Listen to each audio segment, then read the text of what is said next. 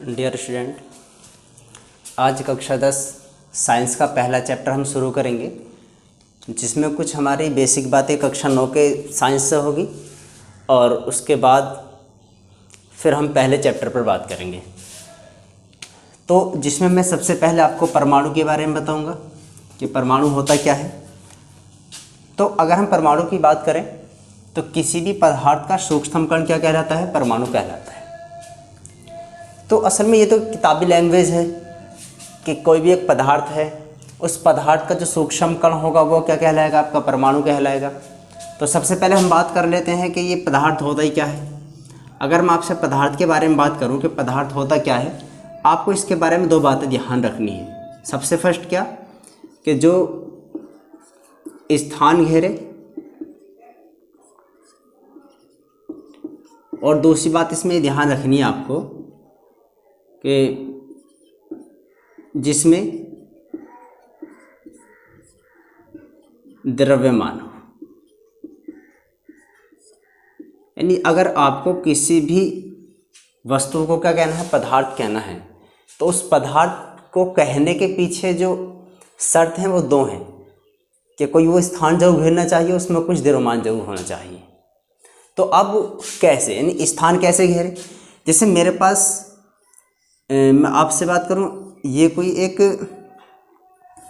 मेरे पास कोई एक स्क्वायर है, ये इस स्क्वायर के जैसी कोई चीज़ है, यानी कोई वर्गाकार कोई चीज़ मेरे पास है। अगर मैं इसको कहीं पर रखता हूँ तो रखने के बाद क्या होता है कि कोई ना कोई एक स्थान घेरती है, ठीक है। और जब मैं इसको कहीं जाकर तुलवाता हूँ तो इसमें कहीं ना कहीं कोई द्रव्यमान जो होता है, कोई भार आता है। सॉरी, द्रव्यमान नहीं, कोई भार आता है। असल में दो वर्ड हैं, एक तो आपका द्रव्यमान है और दूसरा आपका क्या होता है? दूसरा आपका भार होता है। ये कभी दोनों बराबर नहीं होते, ये दोनों बराबर नहीं होते हैं। अब भार क्या है? असल में भार जो होता है इसमें द्रव्यमान और प्लस पृथ्वी का गुरुत्वाकर्षण बल दोनों ही शामिल होते हैं। यानी आप भार वहाँ पर कहेंगे जहाँ पर किसी वस्तु में क्या भी हो, गुरुत्वाकर्षण बल भी हो। और द्रव्यमान जो होता है वो उसका एक्चुअल वेट होता है। यानी अगर मैं इसकी परिभाषा आपको बताऊं तो कोई भी वस्तु है वो जिस मटेरियल से बनी है उस मटेरियल की मात्रा को ही आप क्या कहते हैं? द्रव्यमान कहते हैं, ठीक है। यानी कोई भी एक वस्तु जिस पदार्थ से बनी है उस पदार्थ की मात्रा को आप क्या कहते हैं? द्रव्यमान कहते हैं। अब ये अलग अलग कैसे? एक छोटा सा एग्जांपल आप समझिए। मेरे पास एक तराजू है और जो तराजू है ये तराजू एक लोहे की तराजू है, ठीक है। यानी ये जो मेरे पास तराजू किसकी है? लोहे की तराजू है। इसमें एक तरफ तो मैं लड्डुओं को रख देता हूँ, यानी मेरे पास ये लड्डू हैं, और दूसरी तरफ मेरे पास कुछ तोलने के रिसोर्स जैसे बाट वगैरह होते हैं। ये 1 किलो का बाट है, ये 5 किलो का बाट है और ये आपका 10 किलो का बाट है। और यहाँ पर मैं एक चुंबक लगा देता हूँ। इतना तो आपको पता ही है कि चुंबक जो होती है वो लोहे को अपनी तरफ खींचती है। तो जब आप इसको तोलेंगे, क्या आप मुझे ये बताओ, क्या केवल लड्डुओं का ही वेट तोलेगा? नहीं, इसमें चुंबक ने जो अपनी तरफ खींचा है वो बल भी इसमें इंक्लूड हो जाएगा। तो ऐसे ही जब पृथ्वी पर किसी चीज़ को तोला जाता है या मैं जब किसी चीज़ में तोलता हूँ तो मेरा वेट प्लस पृथ्वी का जो गुरुत्वाकर्षण बल अपनी तरफ खींचता है वो दोनों ही शामिल होते हैं, तो आप उसको भार कहते हैं। द्रव्यमान जो होता है, अगर आप इस भार में से इस गुरुत्वाकर्षण बल को ख़त्म कर दें, यानी आप किसी ऐसी जगह जाकर अपने आप को तोलने की कोशिश करें जहाँ पर क्या ना हो, कोई बल वगैरह ना हो, तो वो जो आपका वेट होगा वही आपका एक्चुअल वेट होगा। तो मैं आप उम्मीद करता हूँ कि आप लोग इसको अच्छी तरह समझ गए होंगे कि ये होता क्या है। अब हम आगे चलते हैं। अब बात आती है सूक्ष्म कण। एक चीज़ तो समझ गए कि पदार्थ का सूक्ष्म कण, यानी पदार्थ जो होता है वो सूक्ष्म कणों से मिलकर बना होता है, और उस कण को ही आप क्या कहते हैं? परमाणु कहते हैं। यानी मैं आपको एक एग्जांपल और लेता हूँ। मेरे पास एक चौक है, मैंने उसको तोड़ा, उसके दो पार्ट्स हो जाते हैं, सेकंड राउंड में मैंने फिर उसको तोड़ा, फिर उसको 2 पार्ट हो जाते हैं। इसी तरह मैं उसको लगातार तोड़ता गया तो एक स्टेज ऐसा आता है कि जिसमें वो टूटना ही बंद कर देता है। तो जब ऐसी अवस्था आ जाए कि वो टूटना ही बंद कर दे, उस स्थिति को आप क्या कहते हैं? परमाणु कहते हैं। आप समझ के होंगे कि परमाणु होता क्या है। ठीक है, अब मैं आपको एक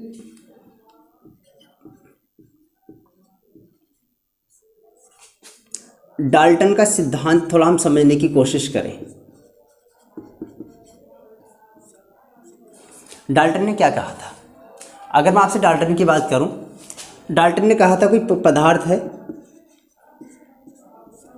ये पदार्थ जो होता है कहीं ना कहीं किसी कण से मिलकर बना होता है। ठीक है, यानी पदार्थ जो होता है वो किससे? कण से मिलकर बना होता है। ऐसा समझ लीजिए जैसा आपका घर है वो ईंटों से मिलकर बना है, तो ईंट कण है और घर आपका पदार्थ है।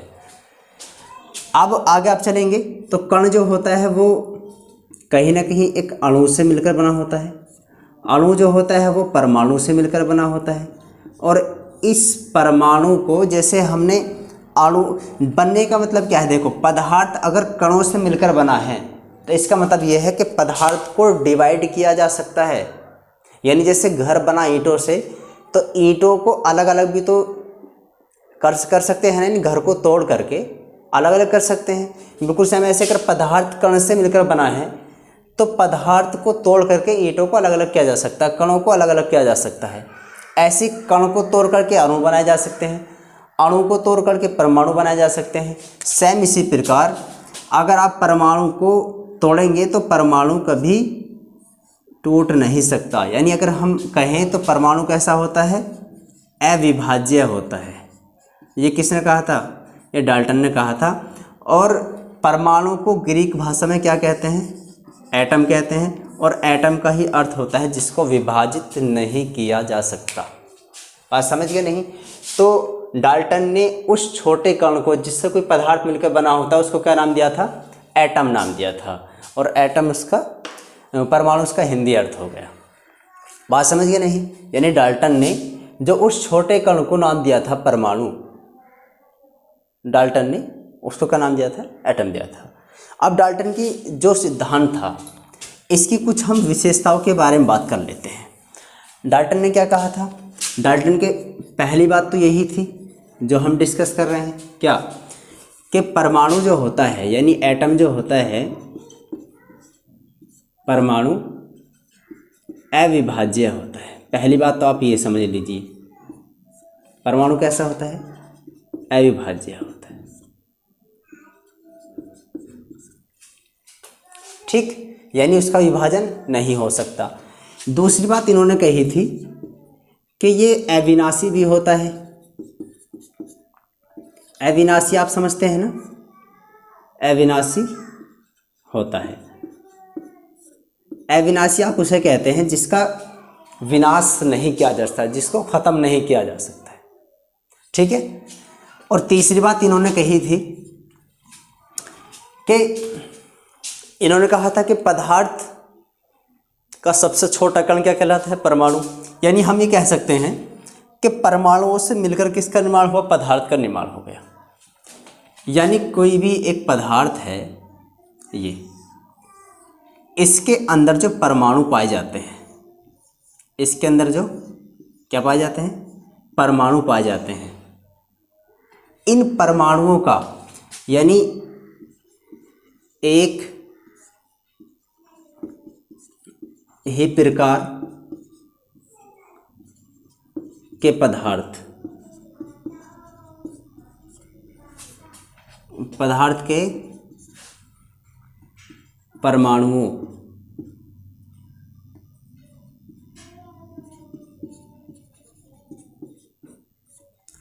यानी कोई भी एक पदार्थ है उसमें जितने भी परमाणु हैं, करोड़ हो या 2 करोड़ हो, यहाँ पर एक ही प्रकार के पदार्थ के परमाणुओं का द्रव्यमान, उनका आकार और उनकी आकृति कैसी होती है? समान होती है। ठीक, यानी मैं आपको बताऊं, अगर किसी पदार्थ के अंदर एक एटम है, अगर वो गोल है तो सारे ही एटम क्या रहेंगे? गोल रहेंगे। सभी एटम कैसे होंगे? गोल। दूसरी बात, अगर पहले में जितना ही वेट है, जितना द्रव्यमान पहले का है उतना ही दूसरे का होगा, उतना ही तीसरे का होगा, उतना ही चौथे का होगा, उतना ही पांचवें का, उतना ही छठे का, सातवें का, आठवें, जितने भी एटम्स के अंदर हैं सबका द्रव्यमान समान रहेगा, आकार एक जैसा रहेगा, सबकी आकृति एक जैसी रहेगी। ठीक है, आप समझ गए नहीं? और अगली बात इन्होंने क्या कही थी? अगली बात ये कही थी,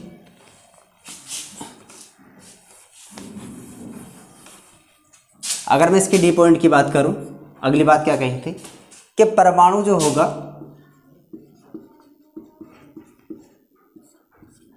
परमाणु स्वतंत्र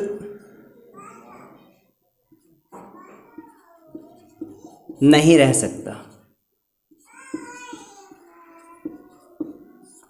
ठीक है, यानी आप एक परमाणु कभी भी स्वतंत्र नहीं रह सकता, आजाद नहीं रह सकता।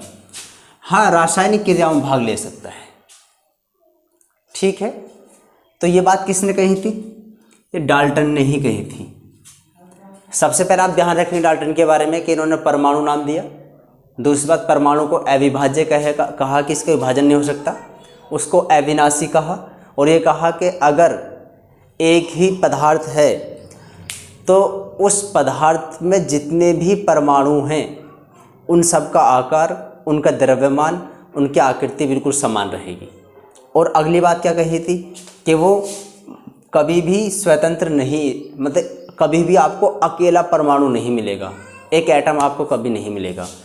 और फिर अगली बात हम क्या ध्यान, ये भी बात आप ध्यान रखनी है कि अगर एक जैसे लोहा है तो लोहे के सारे एटम को आकार, द्रव्यमान सब एक जैसा होगा, और अगर अलग अलग वस्तुएं हैं तो उनके परमाणुओं का द्रव्यमान भी अलग अलग होगा, आकार भी अलग अलग होगा, और आकृति भी अलग अलग होगी। ठीक है, ये बात आप ध्यान रखना। तो मैं समझता हूँ कि जो डाल्टन का जो परमाणु सिद्धांत था वो आपके समझ में आ गया होगा। ये कक्षा 9 की बात है जो हम डाल्टन का सिद्धांत पढ़ रहे हैं। आपको सिर्फ इसमें इतनी ही बात ध्यान रखनी है जिससे कि हम कक्षा 10 के चैप्टर की शुरुआत हम कर सकें। इसलिए आपको थोड़ा सा बताना पड़ रहा है कि परमाणु क्या है, उसके बाद डाल्टन ने परमाणु के बारे में अपना क्या विचार रखा। ठीक, अब क्योंकि इन्होंने तो कहा कि परमाणु अविभाज्य है, लेकिन आप देखेंगे जब हम अभी परमाणु संरचना की तरफ बढ़ने वाले हैं, जब हम रदरफोर्ड मॉडल या हम थॉमसन मॉडल की जब हम बात करेंगे तो उनमें क्या होगा कि परमाणु विभाजित कर दिया गया, परमाणु को तोड़ दिया जाता है कि उसमें इलेक्ट्रॉन भी होता है, प्रोटॉन भी होता है और न्यूट्रॉन, इस तरह अलग अलग होते हैं।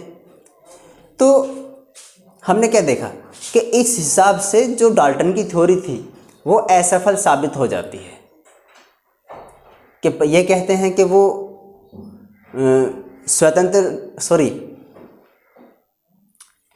उन्होंने एक बात और ध्यान रखना, तो ये तो कहा था कि परमाणु स्वतंत्र नहीं रह सकता, लेकिन इसका रीज़न नहीं बताया कि क्यों नहीं रह सकता। ठीक, और दूसरी बात क्या बताई, एक बात क्या कि परमाणु अविभाज्य है, लेकिन उसका बाद में जाके क्या होगा, विभाजन हो जाता है। तो ये थ्योरी क्या है, कहीं ना कहीं फेल हो जाती है। तो अब इसके बाद मैं आपको सबसे पहले, क्योंकि परमाणु का क्या हो जाता है, विभाजन, और हम परमाणु संरचना पढ़ने से पहले यानी परमाणु के मॉडलों को पढ़ने से पहले थॉमसन मॉडल, रदरफोर्ड मॉडल और बोर मॉडल, हम 3 ही मॉडलों की चर्चा करेंगे। उसके बाद फिर अपने जो सिलेबस है उन पर हम चर्चा करेंगे।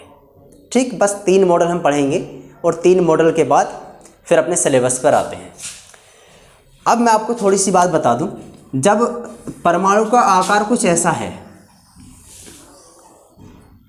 अभी फिलहाल आप इतने ध्यान रखो कि ये मतलब ये आपको ये नहीं सोचना है कि किसने बताया कि परमाणु ऐसा होता है। मैं आपको बता दूं, फिर भी थॉमसन ने ही बताया था कि परमाणु एक गोलाकार आकार का होता है, लेकिन अभी आपको सोचना है, फिलहाल इतना ही सोचो कि परमाणु ऐसा होता है, और परमाणु का जो केंद्र होता है उसके केंद्र जो होता है उसे नाभिक हम कहते हैं। ठीक है, और नाभिक धनात्मक होता है और इसके चारों तरफ जो होता है वो इलेक्ट्रॉन चक्कर लगाते हैं। यानी इसके नाभिक में एक तो न्यूट्रॉन होता है, एक प्रोटॉन होता है, और जो आपका इलेक्ट्रॉन होता है वो इसके चारों तरफ चक्कर लगाते हैं। ठीक है, तो सबसे पहले मैं आपसे बता देता हूँ कि इसमें इलेक्ट्रॉन क्या है और प्रोटॉन क्या है और न्यूट्रॉन क्या है। थोड़ी सी हम इस पर बात कर लेते हैं।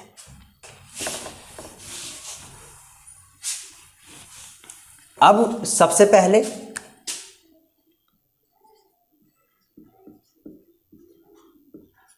हम इलेक्ट्रॉन की बात करते हैं कि इलेक्ट्रॉन क्या है। तो अगर इलेक्ट्रॉन को देखा जाए तो इलेक्ट्रॉन की जो खोज हुई थी वो जे थॉमसन ने की थी।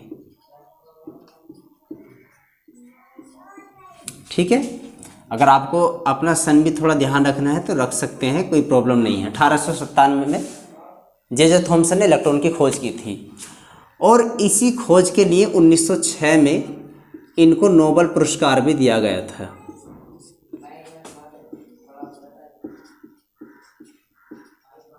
ठीक है, अब इन्होंने किस प्रयोग के माध्यम से इसकी खोज की थी आप ध्यान रखेंगे। कैथोड किरण प्रयोग, कैथोड नलिका, कैथोड किरण नलिका, ये वाला प्रयोग इन्होंने किया था। आप ध्यान रखें। अब ये है क्या, देखो इलेक्ट्रॉन की खोज जे थॉमसन ने कब क्या हुआ और किस प्रयोग से की। अब मैं आपको प्रयोग बताता हूँ क्या था। उन्होंने एक नलिका को लिया और ये जो नलिका थी इसका जो प्रेशर था वो बहुत कम था, यानी इसको बिल्कुल लो प्रेशर कर दिया, बहुत ज़्यादा लो प्रेशर था। ठीक है, लो प्रेशर बहुत ज़्यादा था। और फिर इसको दोनों तरफ से किससे जोड़ दिया, एक बैटरी से इसको जोड़ दिया। जब इसको जोड़ दिया जाता है इधर एक एनोड की छड़ लगा दी जाती है और इधर एक कैथोड की छड़, यानी यहाँ पर क्या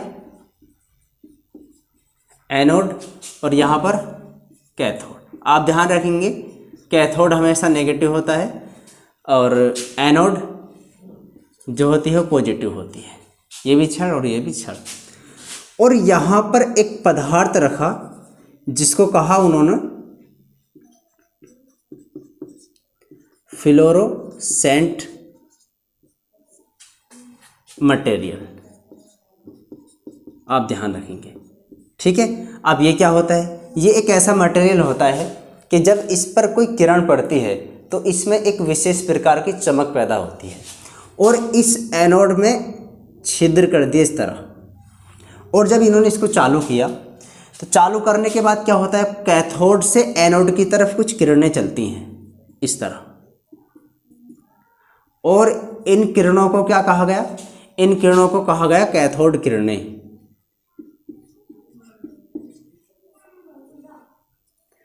कैथोड किरण उन्होंने कहा, और इस कैथोड किरण को ही क्या कहा था उन्होंने, इलेक्ट्रॉन कहा था। ठीक है, आप समझ गए होंगे कि किस प्रयोग के माध्यम से उन्होंने इलेक्ट्रॉन की खोज कैसे की थी।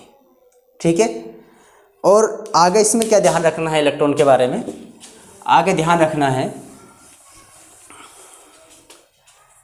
कि इस पर जो आवेश होता है यानी इलेक्ट्रॉन जो होता है उस पर ऋणात्मक आवेश होता है, और जो आवेश होता है -1.6 × 10⁻⁻19 कूलम। कूलम क्या है, कूलम इसकी एक यूनिट है, उसकी एक इकाई है। जैसे आप समय को आप सेकंड में मापते हैं, इसी तरह जो आवेश होता है उसको कूलम में मापा जाता है। ठीक है, अब इलेक्ट्रॉन है तो इसका कुछ द्रव्यमान भी होगा। अगर मैं आपसे इसके द्रव्यमान की बात करूं तो आप ध्यान रखेंगे इसका द्रव्यमान जो होता है वो 9.1 × 10⁻31 kg होता है। ठीक है, तो आप लोग इलेक्ट्रॉन के बारे में समझे होंगे कि इलेक्ट्रॉन क्या होता है। यही मैं अगर आपसे प्रोटॉन की बात करूं कि प्रोटॉन क्या होता है, तो आप ध्यान रखना प्रोटॉन की जो खोज की थी वो गोल्डस्टीन ने की थी।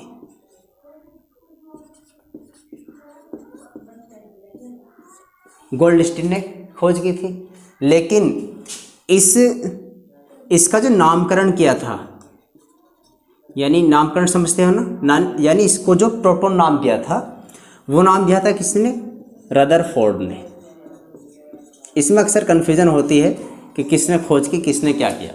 तो गोल्डस्टीन ने खोज की थी और नाम क्या रखा था, नाम किसने रखा था, रदरफोर्ड ने रखा था। अगर मैं आपसे इसके आवेश की बात करूं, यानी प्रोटॉन का जो आवेश होता है वो आप ध्यान रखेंगे वो धनात्मक आवेश होता है, प्लस के 1.6 इंटू 10⁻⁻19 सी से आप कूलाम समझ लेना, ठीक है। और इसका जो द्रव्यमान होता है वो आप ध्यान रखेंगे 1.672 इंटू 10⁻⁻27 kg, इतना इसका द्रव्यमान होता है। बस आपको प्रोटॉन के बारे में इतना ध्यान रखना है। अगर डेट भी ध्यान रखिए कि इसकी खोज कब हुई थी, वैसे ऐसे क्वेश्चन मालूम नहीं करता है। 1919 में इसकी खोज गोल्डस्टीन ने की थी, ठीक है, और रदरफोर्ड ने इसका नामकरण किया था। बाकी बस इतनी ही बात इसमें ध्यान रखनी है। इसके अलावा एक बात और मैं आपको बताऊं, जो हमारा न्यूट्रॉन है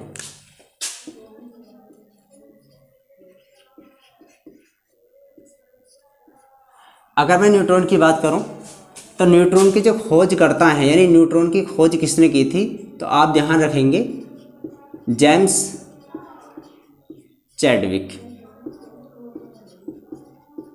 ठीक है। इन्होंने इसकी खोज की थी 1932 में।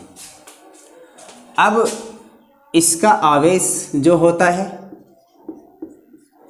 ये बिल्कुल उदासीन होता है। उदासीन का मतलब होता है कि इस पर कोई चार्ज नहीं होता है, यानी इसका चार्ज जीरो होता है, ठीक।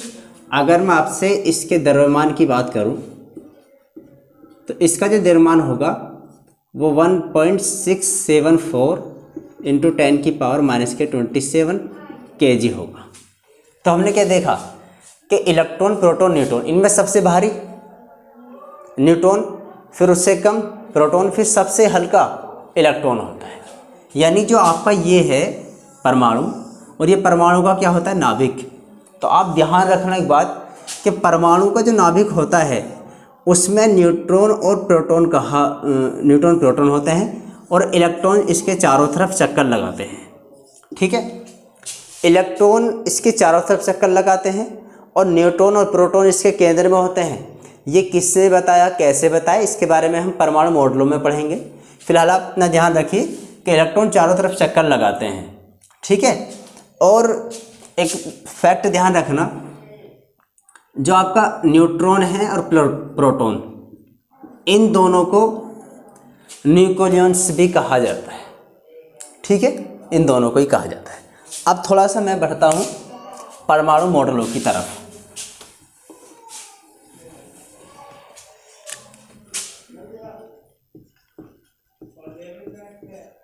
अगर हम परमाणु मॉडल की बात करें तो सबसे पहला जो परमाणु मॉडल था वो जे थॉमसन ने दिया था।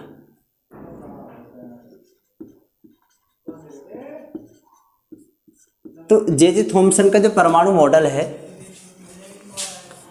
वो सबसे पहला परमाणु मॉडल है, ठीक है। यानी इनका जो मॉडल था, इन्होंने परमाणु के बारे में क्या कहा, तो सबसे पहले आप इसके बारे में एक ही बात ध्यान रखेंगे,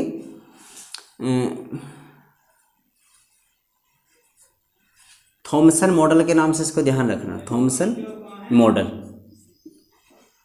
तो इसके फैक्ट क्या क्या हो सकते हैं। इन्होंने सबसे पहले क्या कहा, इन्होंने ये कहा कि परमाणु जो होता है एक धनावेशित गोला होता है। परमाणु एक धनावेशित गोला होता है। ठीक है, आप समझ गए नहीं। धनावेशित और गोला, यानी मैंने आपसे क्या कहा था कि परमाणु गोल होता है, किसने बता दिया? थॉमसन मॉडल में, ठीक है। और इन्होंने दूसरी बात इसमें क्या कही थी, दूसरी बात इसमें ध्यान रखेंगे आप, यानी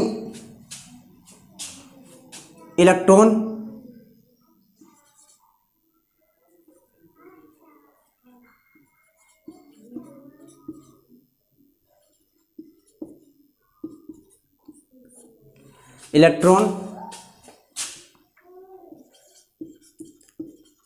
इसमें धंसे रहते हैं,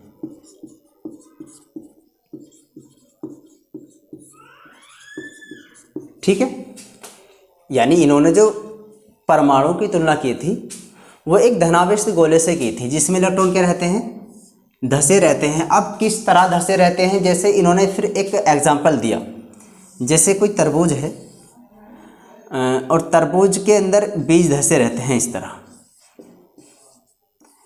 इन्हें ये तो पता नहीं थी कि परमाणु नाम की भी कोई चीज़ होती है, सॉरी प्रोटॉन नाम की भी कोई चीज़ होती है।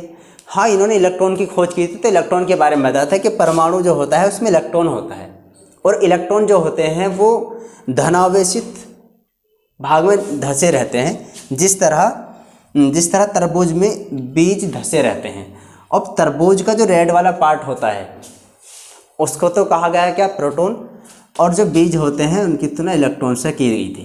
तो इसको अगर हम कहें तो तरबूज मॉडल भी इसको कहा जाता है,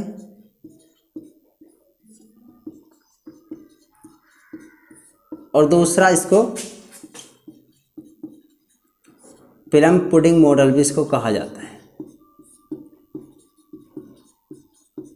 ठीक है।